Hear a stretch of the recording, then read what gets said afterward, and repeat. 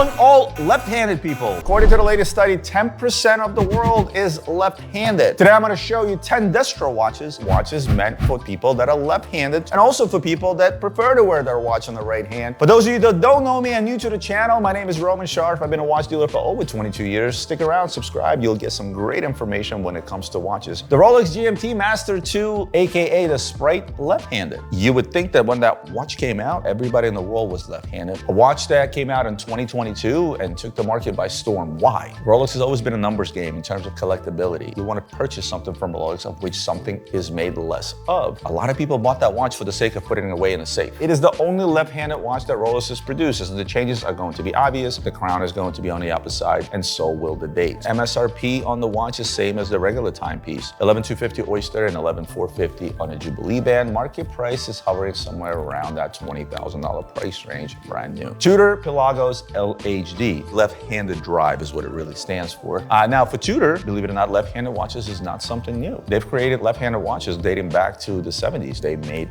watches for the Navy that were left-handed. Of course, back then, watches were more of a tool than they are today, so obviously it made sense that the Navy wanted something. But they were a bit lazy with this one because the date still remains in the same position on a watch made for a right-hand person. 42mm case, an impressive 500-meter water resistance on this timepiece. MSRP, $5,025. You can pick them up anywhere from $3 to $4 grand depending on the condition of the watch. The split-second monopusher chronograph perpetual calendar from Patek Philippe, reference number 5373P, which stands for platinum. This to replace the 5372P, which was a right-handed split-second chronograph perpetual calendar. A lot of people discount the fact that a chronograph, oh, that's just a chronograph, everybody does it. No, chronograph is one of the most complicated complications to execute for a company. What made this watch even more difficult is the fact that it is left-handed. You're now moving not just the regular crown over, but also the monopusher crown for the chronograph to the opposite side. Makes it a very, very complex project. $595,070 MSRP. Highly collectible timepieces. You'll find them out there trading over their MSRP price if you can get your hands on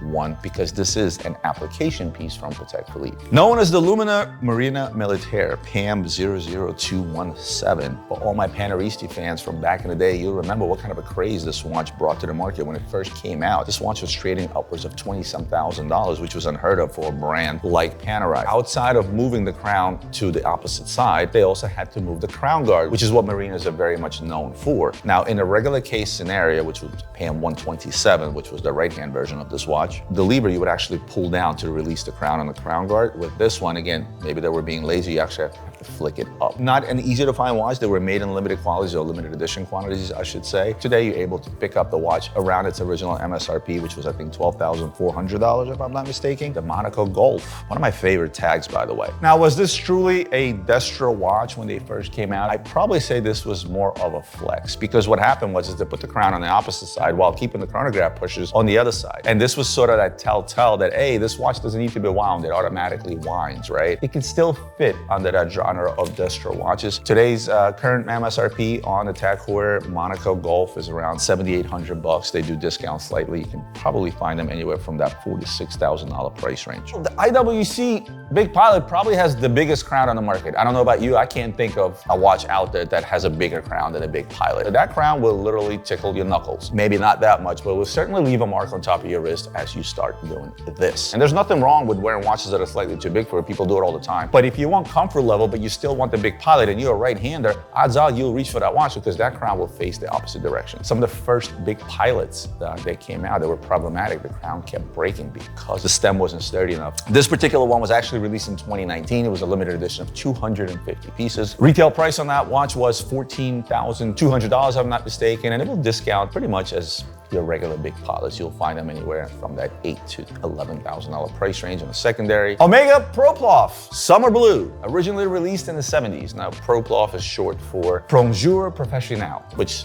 is French for a professional diver. I'm sorry, I'm not My French is not that great. But this is also a very asymmetrical case, if you will, right? Now, this watch was originally designed to dive deep. Of course, 2023 was sort of re-release, I should say, of the iconic watch in the left-handed version. This is in line with the Big Pilot. In the Pro Loft, it's the case, or that crown guard, this oversized crown guard that protrudes so far that if you bend your wrist, it can technically be uncomfortable. Retail price $14,300. You'll see them slightly discounted out there, depending on the condition, anywhere from the $9,000 to the $12,000 price range. The Navitimer Super 8 didn't stick around for long. These were vintage-inspired Navitimers named after Breitling's Hewitt Aviation Department. Hewitt stands for 8 in French, hence the number 8 collection. The whole thing was inspired by reference number 637, which was a stopwatch that the pilots actually strapped around their thighs. Now, the Navitimer Super 8 is, what's the popular word?